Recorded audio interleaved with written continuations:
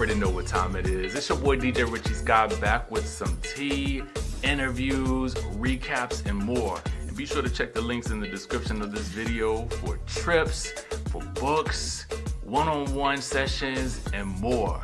Now let's get into the tea.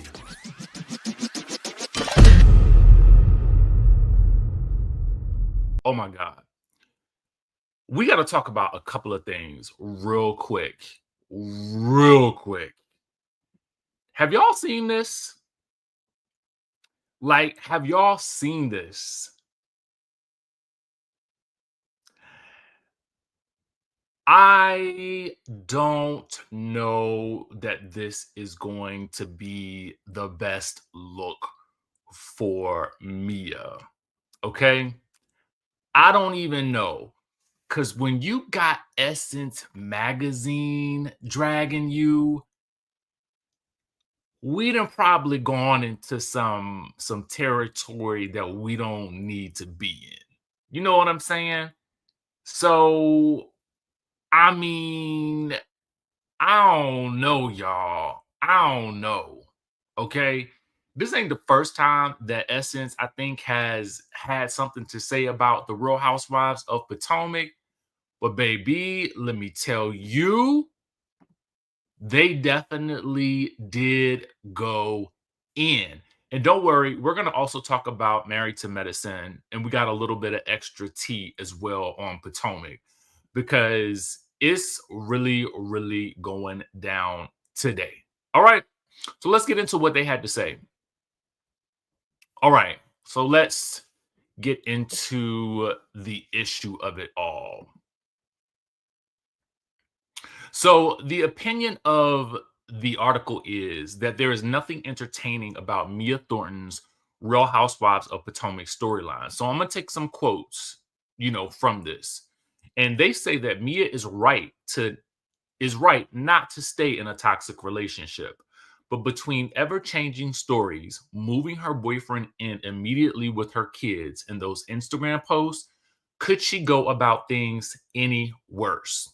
Now, the person who wrote this, the author, writes that, they enjoyed the quirks of Mia when Mia first joined in season 6. The author, Victoria, goes on to say, I like that she owned things that other people would hide or side-eye, from her plastic surgery to some out-of-the-box happenings in her marriage. She seemed fun. But she drew cast criticism from Dr. Wendy Osefo at that point. And the author goes on to say that she remembers being impressed that Mia seemed relatively unbothered, smiling through tense moments and genuinely appearing just happy to have a peach. Wait, that's Atlanta. That's what they say. Happy to be holding a flute. Anyway, that signifies that you're a main cast member. But then they go on to state that watching her in season 9, though, has been difficult, as her marriage to Gordon Thornton has, at least on the show, seemingly gone kaput, and she's publicly moved on with a man from her not-so-far past named Ink, a.k.a. Incognito, moving him in with her kids while living in the same apartment complex with her estranged husband. It's been a train wreck. And so we've talked a lot about this story, okay?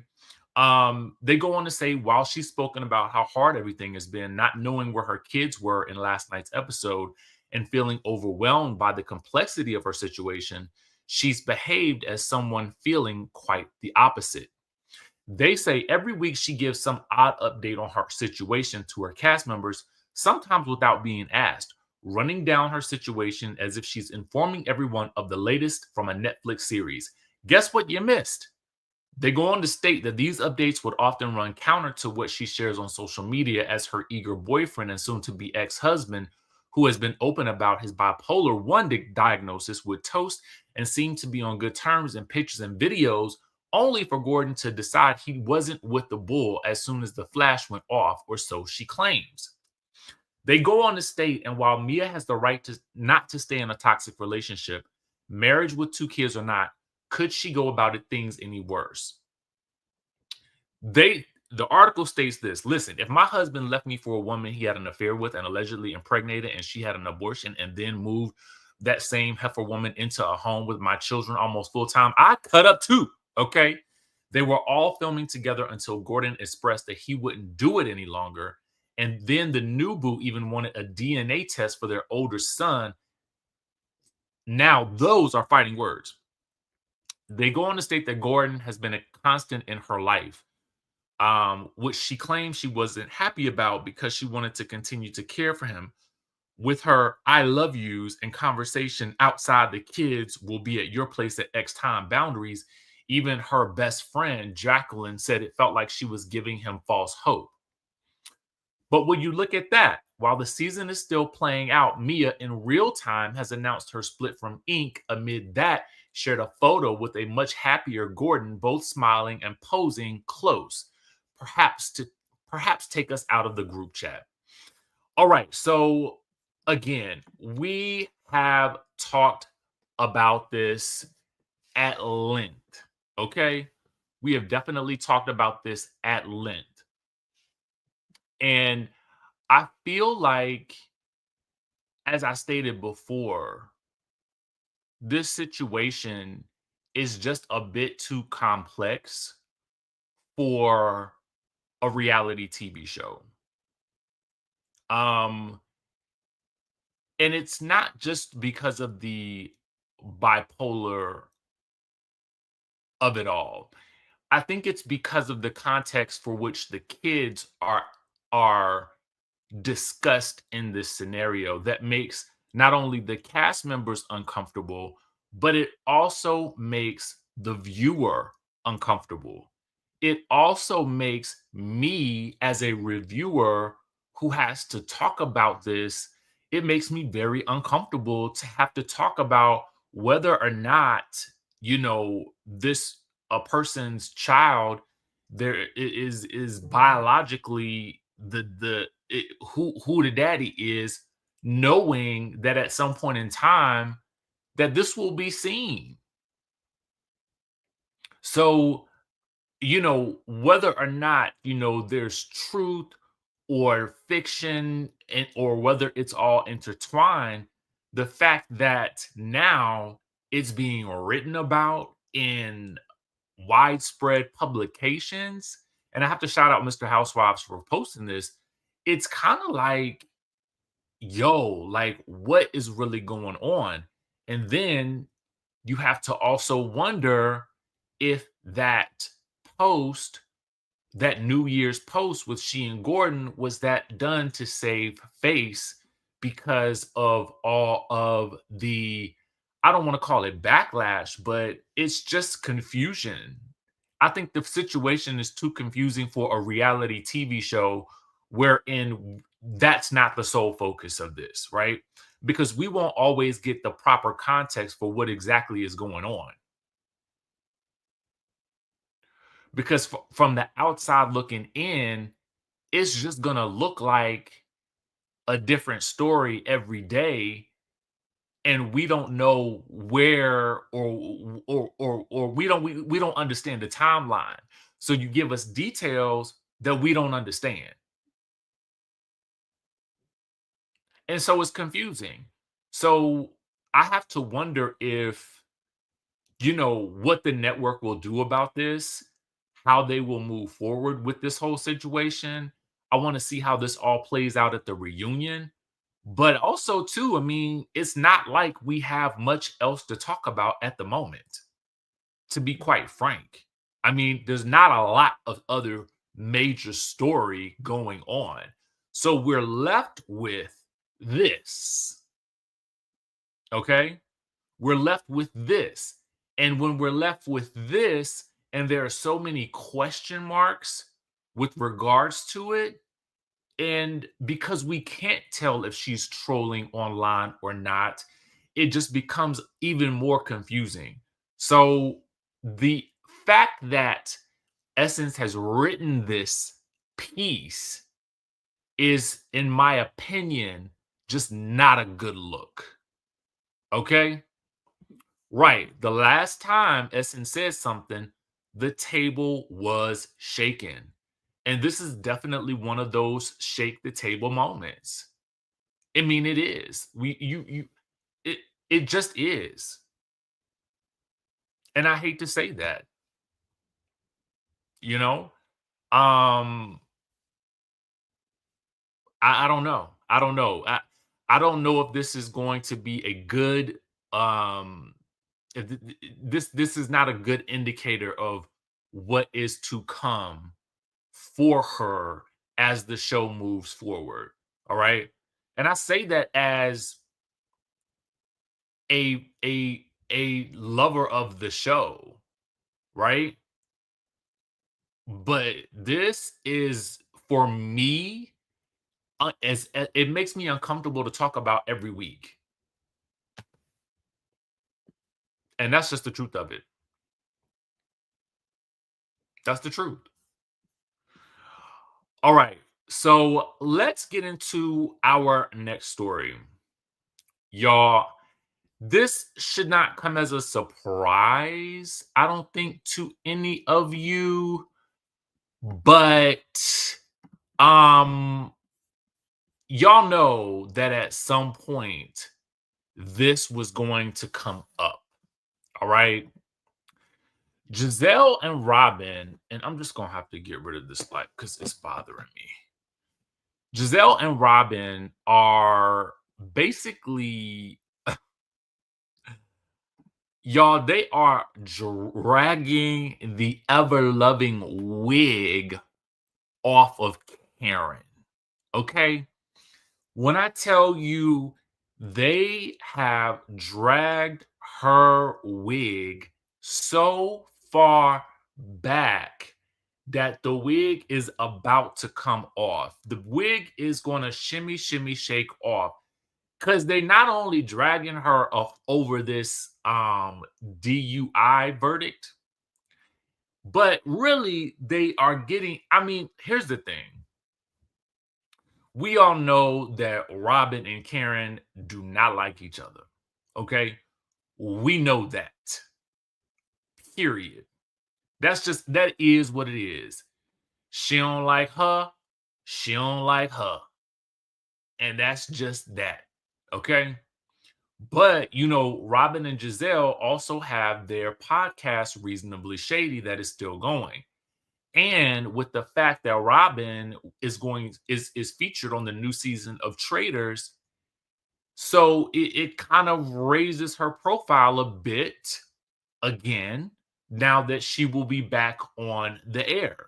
So obviously people are going to be listening, especially because they're talking about Karen. One of the first things that they do, and I won't play it because the content obviously does not belong to me. But I will allow the audio to roll so you can see exactly what they're talking about. I mean, they joke about Karen being vindicated because you remember Karen kept stating that she would be vindicated, that she would be vindicated. Um, I I uh, I agree that to a certain degree that and Giselle somewhat takes a bit of the high road, but there's also a lot of here's the thing. Here's the thing. Let's just be real about it. We got to be real about one thing first.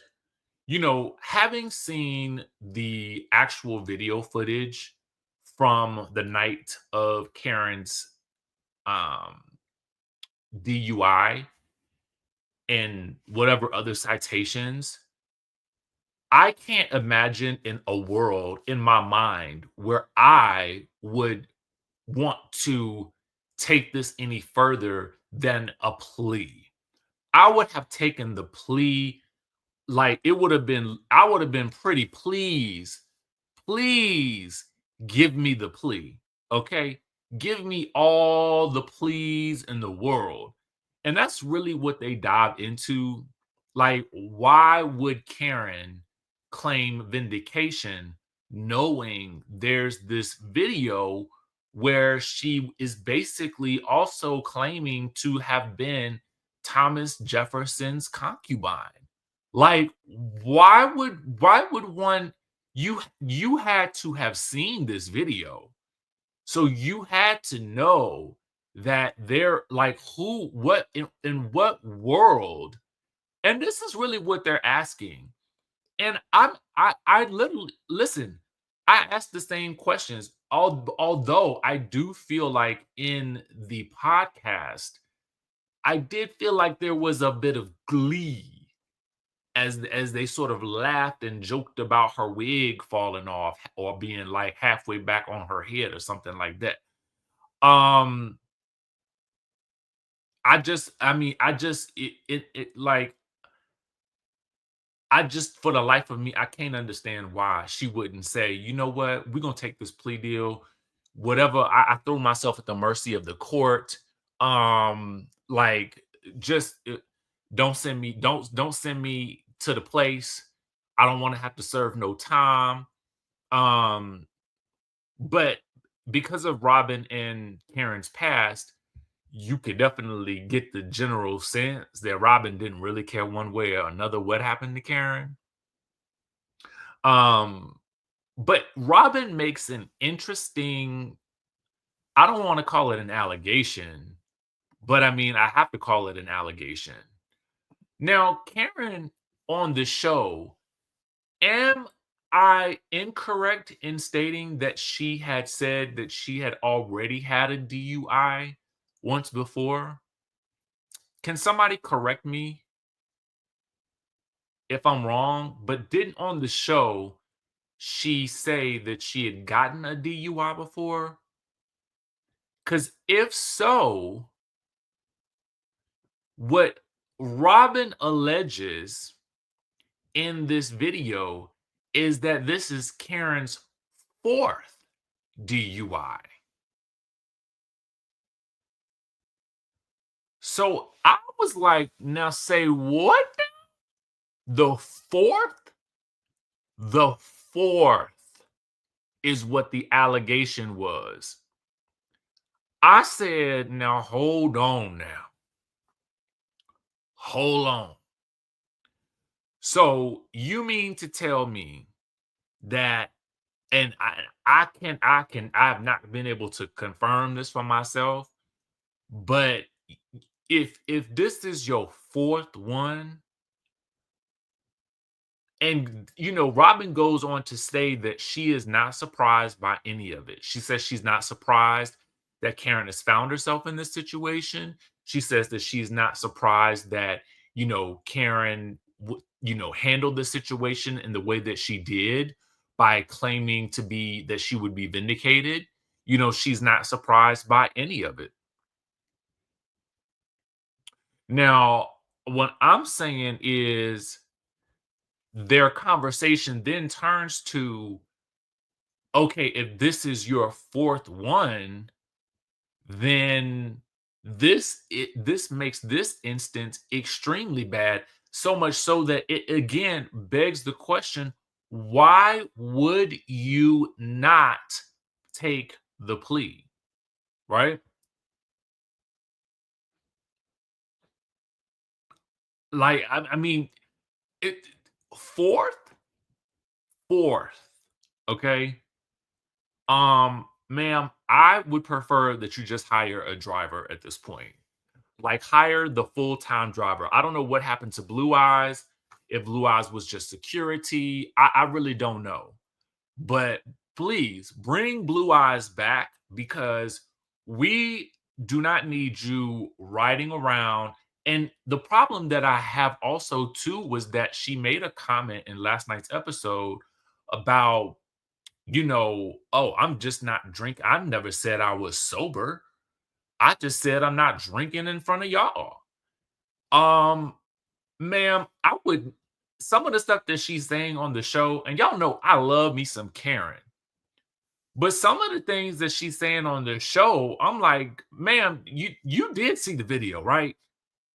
You did see it. Um, again, ma'am, you probably could have done yourself a much better service by just simply taking the plea and saying, Lord, y'all forgive me. Okay, y'all forgive me, Lord. I just, this is, I don't know what's going. I, I don't even know what to say. I'm tongue tied at this point. I'm tongue tied. Okay. So it does, to a certain degree, now make you kind of rewatch the episodes and sort of say, Karen, like, you're very, very cavalier about this. Um, and when I look at, there have been other situations this year with some DUIs on some reality TV shows. When we look at Shannon from the Real Housewives of Orange County, and then you look at Maurice from Love and Marriage Huntsville, and you sort of see how these situations have been dealt with on the show. On each of the shows, there has usually been someone who has to hold the person accountable. I really do think that that is from also the network's perspective, the production company's perspective, as someone, as a way to stay and discourage other people from doing this. Like, we need to get to the wrongdoing of this, right? We need to acknowledge that this is not the behavior that we want you guys to exhibit or anybody else to emulate. Um, in Maurice's situation, I would I'm thinking that there was a reason for him not saying anything, again, because they were hoping to, find the dismissal, or they were working towards that. I assumed that that was the same route that Karen was taking. But based on, again, the video, like, it's just hard to believe that she would even still think that, hey, I mean, yeah, it's looking good for us. Like, I can't see that. I'm just glad she wasn't hurt. You know, just we just got to send some prayers Karen's way, because I don't know if I don't know where Robin got her information from, but if that is the case, then I think that there's some work that needs to be done behind the scenes, and that's period. All right. Um, let's talk a little bit about Married to Medicine. Um, we really do need to have a conversation about Married to Medicine. And I have some thoughts about it, but I'm not sure how people are going to feel about those thoughts, but I'm going to share them anyway because I think it needs to be stated. I think one of the first things that I want to do, though, is I want to point to the shade grenade that Dr. Jackie threw Sweet Tea's way last night. Was it last? Yeah, I'm getting my days mixed up, y'all. I'm getting my days mixed up. So Andy asked Dr. Jackie, "What does Sweet Tea owe you an apology for?" Dr. Jackie says, "Being around." And so for me, I'm just, as you see, Tiana Paris here is gooped and gagged. Was it before Christmas? Was it before Christmas? I really, I do not watch What Happens Live anymore at this point. Okay. You know, but this goes to the point that I'm about to make with regards to Sweet Tea on the show. This goes to my point. What I realized last night was, um I feel like Sweet Tea and Dr. G were used as a way to, this is how I feel, right? Based on, as I watched last night's episode, I feel like Sweet Tea was brought in as a way. I feel like here's the thing. I feel like there is a sister circle. Okay. There's a sister circle. Thank you. Because I'm I barely know what day it is at this point. Um, there is a sister circle within Married to Medicine. All right. And so that sister circle, and notice my use of the term sister circle, right? That sister circle is Dr. Jackie, Dr. Heavenly, Dr. Simone, and Toya. That's the sister circle. Okay. That is the main sister circle of Married to Medicine. Okay. And just like the sister circle, okay, um, since the show's inception, I feel like Quad has really kind of been on the periphery of the sister circle. Okay. Quad has been on the periphery of the sister circle. And or listen, or we could just call or we could just call it a circle. Okay. Right? Um all right. Quad is on the periphery of the sister circle, in my opinion. And last season, I think we saw the evidence of that, right? Quad, I believe, when she got on the sister circle, felt like she had finally found a circle. Okay. And when she finally found that circle, because was there ever really truly acceptance of Quad within this group? That becomes the question, right? I want you to follow my logic. So Quad finds this new group, this new sister circle, okay? And she goes all in with that circle because she's kind of been on the outside of this circle here. Whether you want to believe it or not, if you go back and look at season 1 and really look at it, okay? Then go up to the sister circle years on the show when Quad joined, and she felt like she had a space for her, and she celebrated those women. And some of the women on this show, on the circle on this show, ended up feeling like, she getting too big headed. Okay. So, they've always needed to find a way to put Quad in her place. Now, whether it was because Quad got big headed or what, I really don't know. I've always liked Quad. I think Quad is hilarious, right? But I'm just telling you as a viewer what it is that I feel or what it is that I see that is happening from the outside looking in.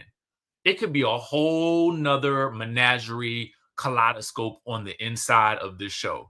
But as a longtime viewer, this is how I feel, right? So last season, they said, you know what, Quad don't really, she not really acting right. She ain't really giving us nothing. She ain't really, opening up her life to us or anything like that. So we're gonna teach her a lesson. How do we teach her that lesson? Well, what we're gonna do is we're gonna do two things. One, we're all going to invite Sweet Tea and Dr. G into our space. That's going to give us some good story if Quad finds herself around, right? Let's all invite them. Let's everybody. Dr. Jackie, wasn't Dr. Jackie one of the first to invite Sweet Tea to the show? Then it was everybody was posting Sweet Tea. Yes, come on over to the yes. Let's post her up. Let's post her up. Let's hype them up. Hype them up. Hype. I ain't never seen them hype up Dr. G like that since he left the show. Okay, never. Maybe they did. Maybe they did. But I ain't seen such a coordinated effort as I did before that last season started filming. So that's lesson number one for you, Quad. We're gonna give you something. We're gonna give you something to do. Okay. Then the next lesson we're gonna teach you is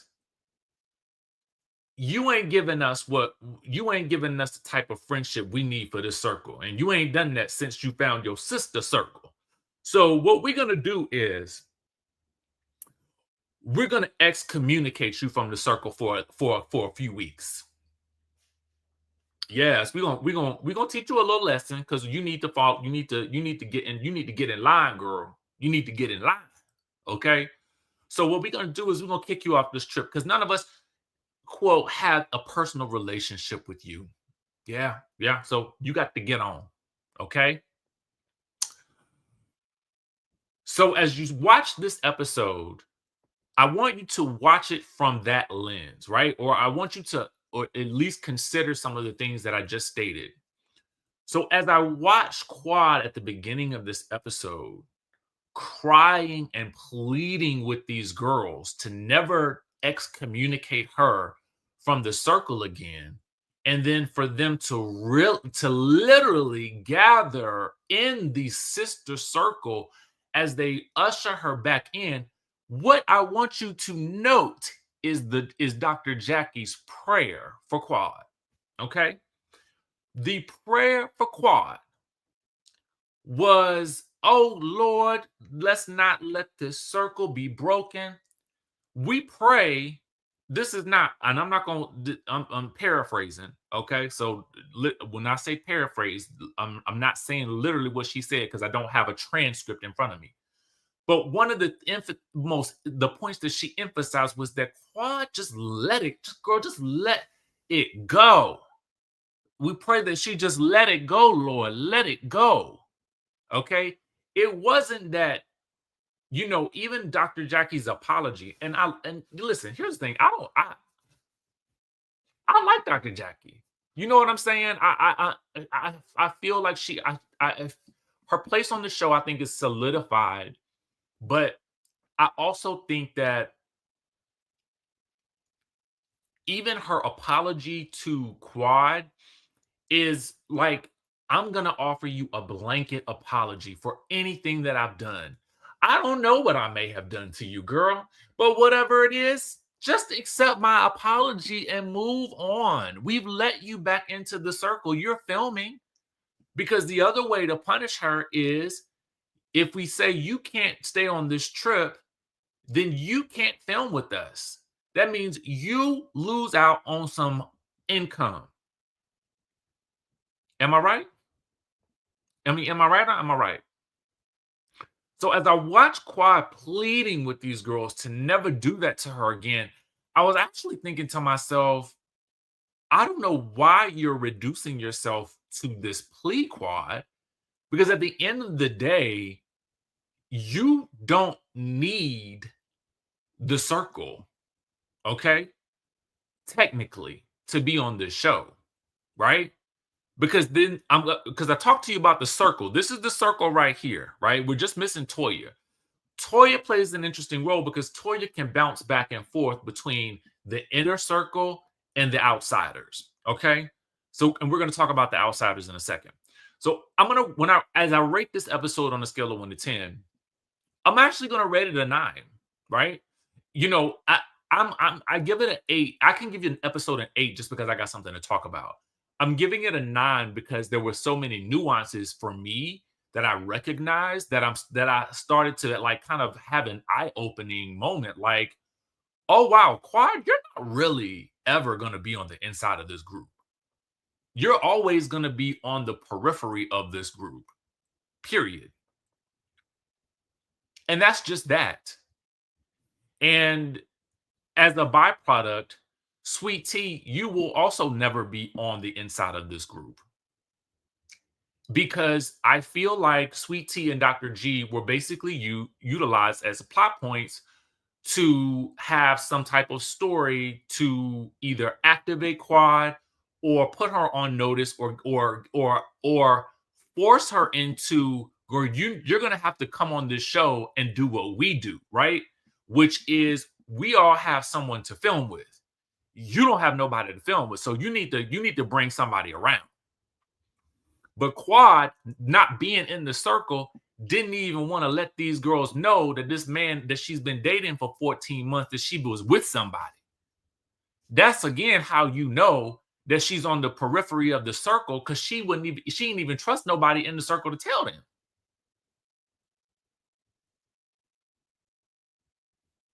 Period. And listen, you can agree, we can disagree about it, but I think we can all agree that at least some portion of what I'm saying makes sense. So, instead of they don't address, anything with Dr. Heavenly and Dr. Contessa in this moment. Really, most of the address is pacifying Quad, for which, as you can see right here, Phaedra is completely over. Okay. Personally, I think that Phaedra's just bored with this show in general. I think that Phaedra would rather be on Housewives, and I think she is just simply showing up so that she can do what she need to do, get this check. Housewives is about the film, and Phaedra is probably already in her mind over there hanging out and kikiing with Portia.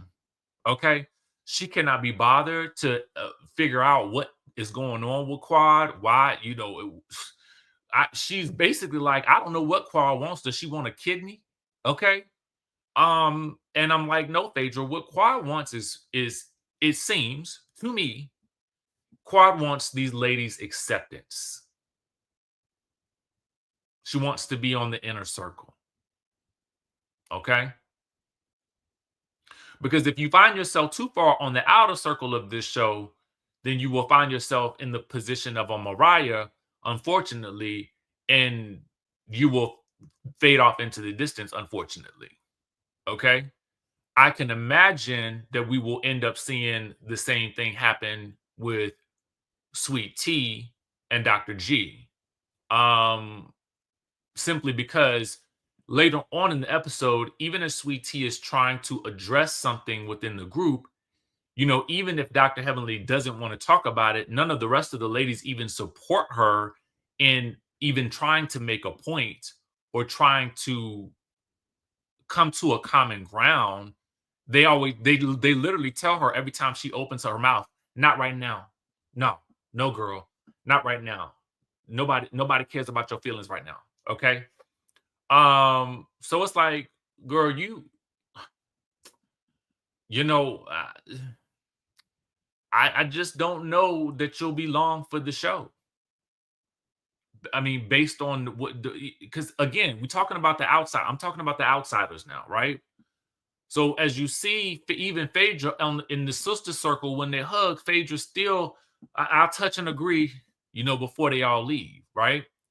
So the next day, the ladies get up and they sort of, Dr. Jackie is, is extra dramatic, and her hand is in a sling and she wants to show everybody the dangers that can happen when she goes flying off into the air after Dr. Contessa develops super strength and tosses her off into the nether regions of the woods. Okay.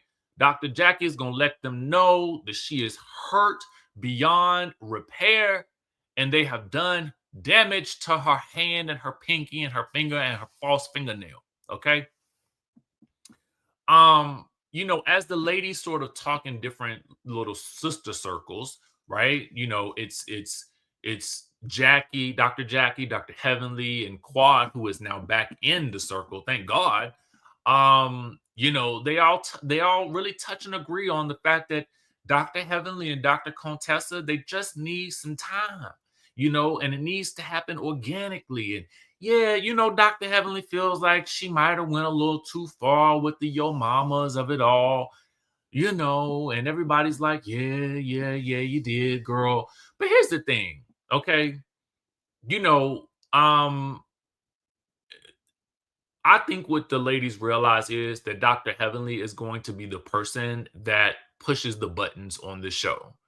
So I don't really think anybody's ever really going to say anything outside of that because they know that's what keeps the show kind of going. That's what keeps the drama going. And Dr. Heavenly's not afraid to do the work, right?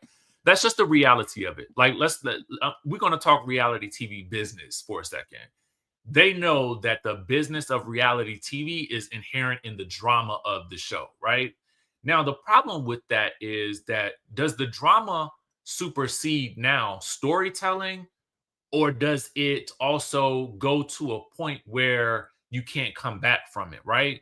Because for Dr. Contessa, now she feels like they've gone to a point where she can't really come back, or at least it has to be an organic thing. Because later on, when Dr. Heavenly, not Dr. Heavenly, Dr. Contessa talks to Phaedra, Phaedra agrees with her that Dr. Heavenly took things too far, and no one is saying anything. And it's almost like this. This is what I also think. And now y'all know I love me some Dr. Heavenly. So this is just me just being honest with y'all. If you look at it, honestly, nobody is really saying anything to Dr. Heavenly because they know she's making the show. So why would you say something? As long as it's not directed at them, they're fine, right? Until it's directed at them, then they got a problem, right? But it ain't directed at nobody within the inner circle. So, girl, we don't care because Dr. Contessa's on the outside too. Dr. Contessa's on the outside. You can even hear, even in that conversation, they were like, "You've been gone for 2 years, girl. Like, I mean, you ain't really in like that." We got the inner circle. We got the outer circle. Phaedra, Dr. Contessa, and Sweet Tea, y'all on the outer circle. Quad is on the periphery of the inner circle. And then you got the inner circle who kind of really direct what the conversations are in every episode, if you notice, right? So then you have a conversation with Dr. Eugene and Dr. Damon. I felt like I liked that Dr. Eugene was trying to talk to Dr. Damon about, hey, I feel like you are not really hearing Dr. G when he tells you how he feels about the situation, right? Because at the end of the day, you know, regardless, I'm not sure why Dr. Damon has to realize that a lot of this stems from the accusation that was thrown out about Dr. G being a PED. Like I can't even say the word, right? That was something that was thrown out. Now, I at the time when I saw it, just like everybody else, I was like, okay, Dr. Heavenly, I think you need to apologize. I think you need to take that down. Those were my thoughts at the time. I mean, it won't like I picked up the phone and called her or nothing like that. But in my video, that was what I stated. I was like, hey, like we're going too far on that one, right?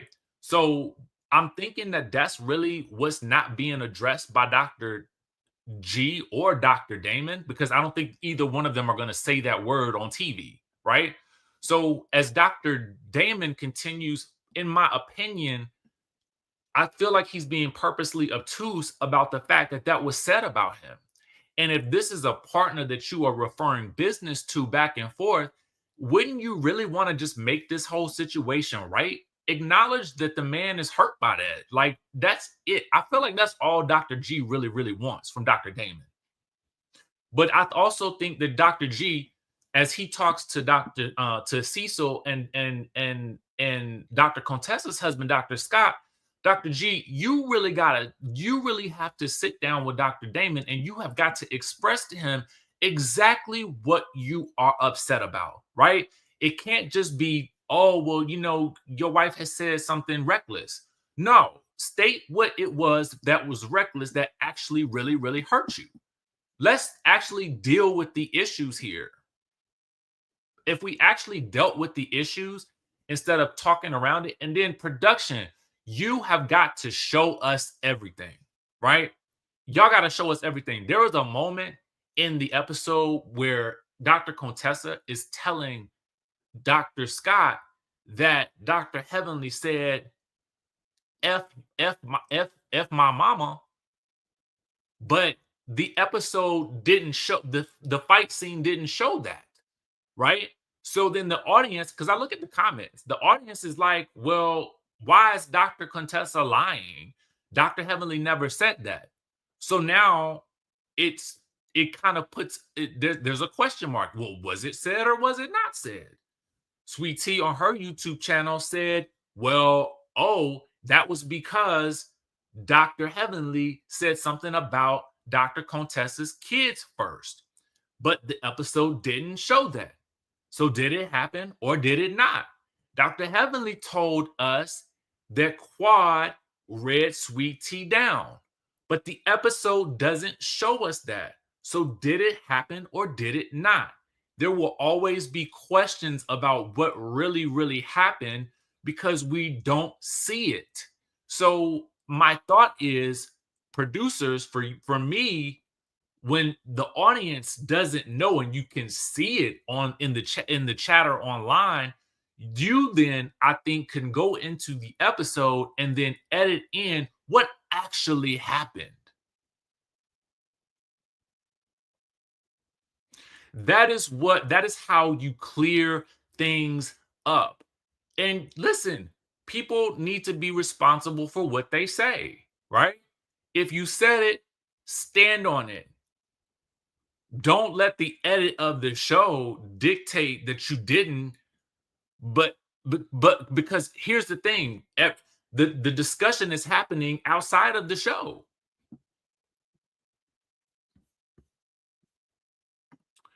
Um, Question from House of Glam. What do you think the ladies would talk about at the reunion if Contessa and Sweet Tea don't show up? Would there be anything? I think that the only things here's the thing though. That's a very good question because if Phaedra also didn't show up, which I don't even know that she will at this point, there would only be the only thing that there would be to talk about would be Quad's relationship with Dr. Simone. That's it. There would be nothing else to talk about. And that's why I think, and thank you for that super chat, but that's why I think that the show does itself a disservice with the inner circle and the outer circle. And granted, there's always going to be these ladies have history, so I can't discount that. I'm not trying to, but what I am saying is that the show functions best when everybody is interactive with everybody, right?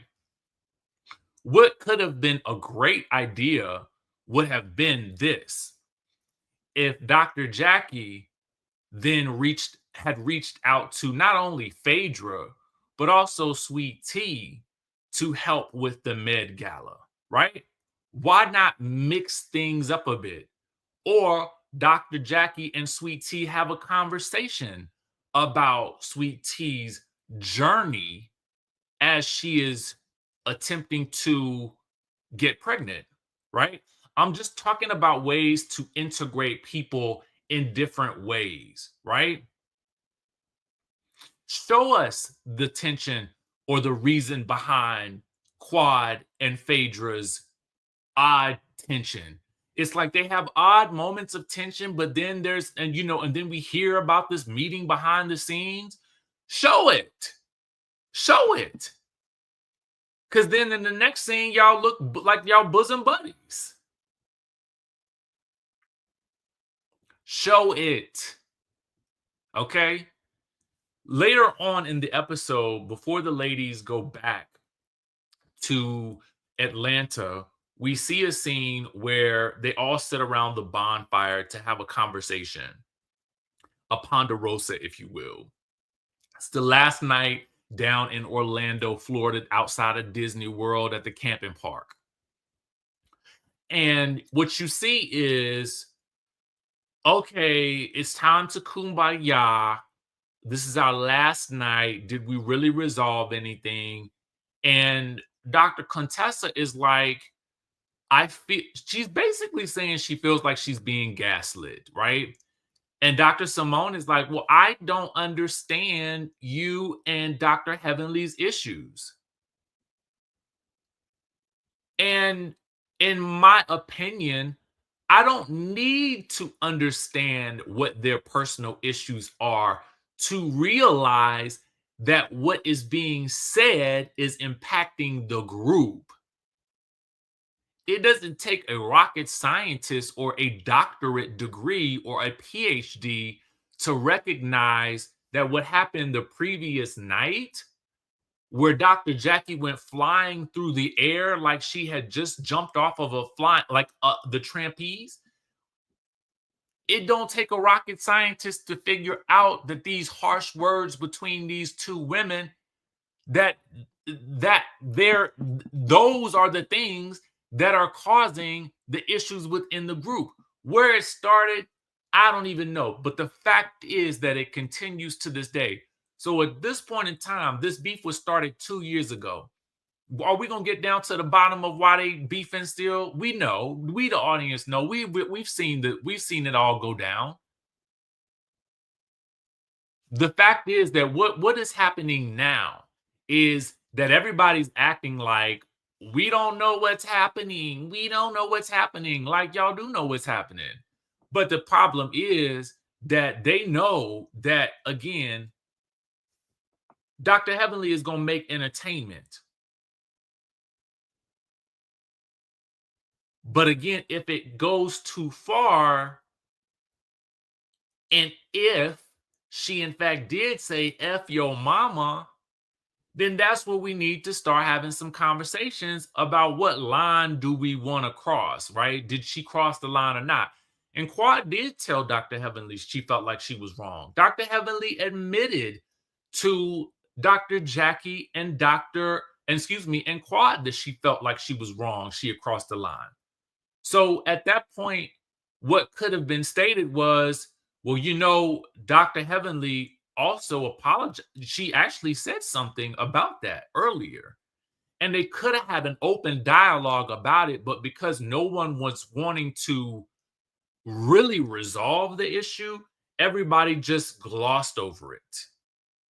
They just glossed over it. What could have been a real meaningful conversation just devolved into shut up, sweet tea. That's it. Shut up, girl. Now's not the time for resolve. We ain't really trying to do all that. We just trying to get back to Atlanta. Girl, be quiet. Sit down and know your place on the outside of this circle. Hence where we started.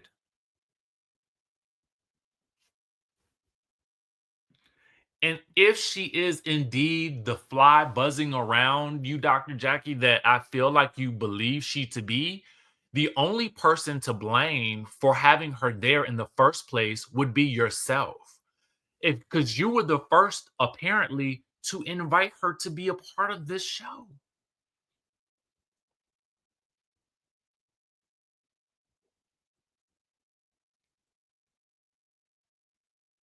And at least she helped you off the ground. Nobody else did. You know? So the end of the episode is a little bit of an inner circle, outer circle crossover where Dr. Jackie is now going to be requesting Phaedra's help for pulling together the Met Gala event. Now, I like this idea for a story because, again, Dr. Jackie's house is beautiful. I ain't gonna lie. Dr. Jackie's house is absolutely amazing. Okay. I don't know whoever did her interior design, hands down. Show me more of that, Dr. Jackie. I am tired of seeing. I love you, Dr. Jackie, but girl, I don't need to see the inside of your medical office not one more time. Not this season. I done seen enough. I have seen enough. I have seen it enough. Show me this house, baby. That's what I want to see. Show me. And where is Curtis? Everybody be talking about Curtis. Curtis called. Curtis did this. Curtis in the suitcase. But where is he? That man ain't never around. Anyway, I digress. The house though is just sparkling and magnificent. So Dr. Jackie's planning the Met Gala, and she is working across the aisles. She's cross-pollinating with the outsider, Phaedra. And she's relying on Phaedra to help her with some sponsorships and stuff because Dr. Jackie is in the hole $15,000. So unfortunately, when Phaedra arrives, she has not checked her text messages. She has 73 unread text messages. I thought I was bad. People look at my phone. My friends look at my phone, and they say that my phone stresses them out because I have currently 651 unread. Well, I guess I'm worse. Never mind. Anyway, she's got so many unread messages that she has not seen Dr. Jackie's messages to her, and she does not have time to because she's currently auditioning for Housewives of Atlanta. So Phaedra says, "Oh, never you worry, never you worry, never you worry, friend. I have got it. I know everyone in Atlanta. I know all of the doctors. I know all the people with money. I know all the people in Africa." Because she over there in Africa, okay, for the Dirty December in the Ghana, I think. That's what I believe. Um, yes, I know all the rich and the famous. I'm gonna call some traders up. Okay, I'm gonna get Dr. Jackie. Don't you worry. I actually, you know what? Let's call one of them right now. So she get the calling. Do do do. It go right to the voicemail. Ain't nobody picking up the phone. Okay, Dr. Jackie looking at her like, now listen, girl, I don't fight, okay? But I'm gonna fight you if we don't raise this money within a week. Now, first of all, we only got a week to put this together. How long have y'all known that y'all been planning this event? And how long have y'all been working on it? And why is this the first time we're seeing it on screen? Yeah, you should be stressed. Y'all should have had these things done a long time ago. Okay. I mean, a week? That's all you got to have for planning this thing? You should have been there at home instead of down to the camping park outside of Disney World playing tiddlywinks, getting thrown around, shoved around, tossed in the air like a rag doll. You would have been better served back at home planning this event than down there with those girls while they roughhousing it. Okay. Dr. Jackie, you need just stay up in your pristine home and plan that event. Okay, that's all you need to be worried about, baby, because you wasted a whole bunch of time. I'm sure you got some cute photos from that Beyonce photo shoot. That was probably the best you got. But otherwise, you running around with a broken nail because they didn't thrown you around like a rag doll. You could have been down there calling the people. Quiet as it's kept, for as much as Phaedra added to the trip, she could have been back in Atlanta too calling folk. No shade to Phaedra. I love you, boo. Your hair looks great, all of that. But I mean, in terms of your contributions to the actual trip, I mean, really, that was Toya running things on that trip. Quiet as it's kept. I mean, I'm just saying. So, for me, it's like, if I know we got an event to plan and it's only a week left, I don't know. I would be stressed out my mind trying to think about how I was going to get. But Phaedra's like, oh no, we're going to have $100,000. Where? Where that girl?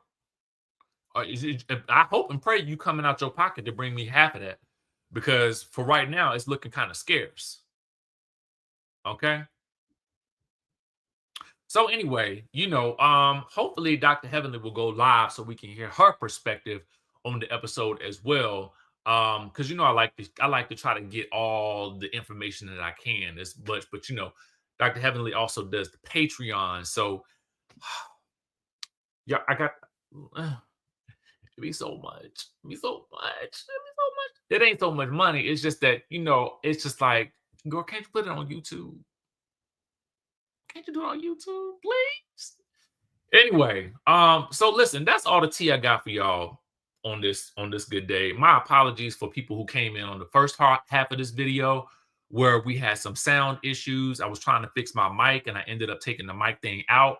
So my apologies. I'm gonna try to edit that out of the video, either that or I'll put a timestamp in where it actually begins. But listen, with that being said, y'all, listen, I love this show. I love Married to Medicine. It's still one of my favorite shows on the network, but I do feel like that they could do a couple of things to shake things up and to give us something new. And this Med Gala thing, I think, is headed in the right direction. Working across the pond, okay, working laterally with the inside circle and with the outside circle is the way to make this show great again. Okay. And until we get to that point where we can successfully cross pollinate across the pond, then this show is just going to feel repetitive. And I don't want that for this show. So the sister circle has to realize that the outer circle is also going to be a key, because it is those interactions that actually make for good TV. And I think that's an easy fix.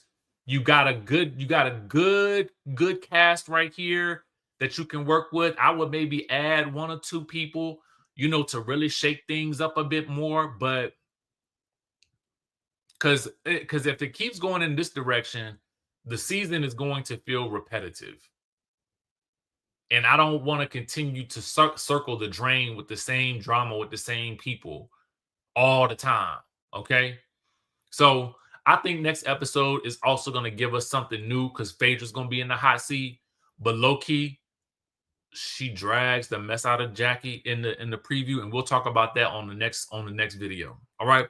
So with that being said, y'all, thank you for tuning in, tapping in, being turned on. I appreciate y'all for watching. Again, I do these recaps because I love these shows, right? So as you listen to my recap, please do not take what I'm saying to me, I don't like this person, I don't like that person. One of the reasons why I say that is because I am grateful to the people who actually put their lives on the reality TV show so that we can have something to talk about, because it gives me something to do.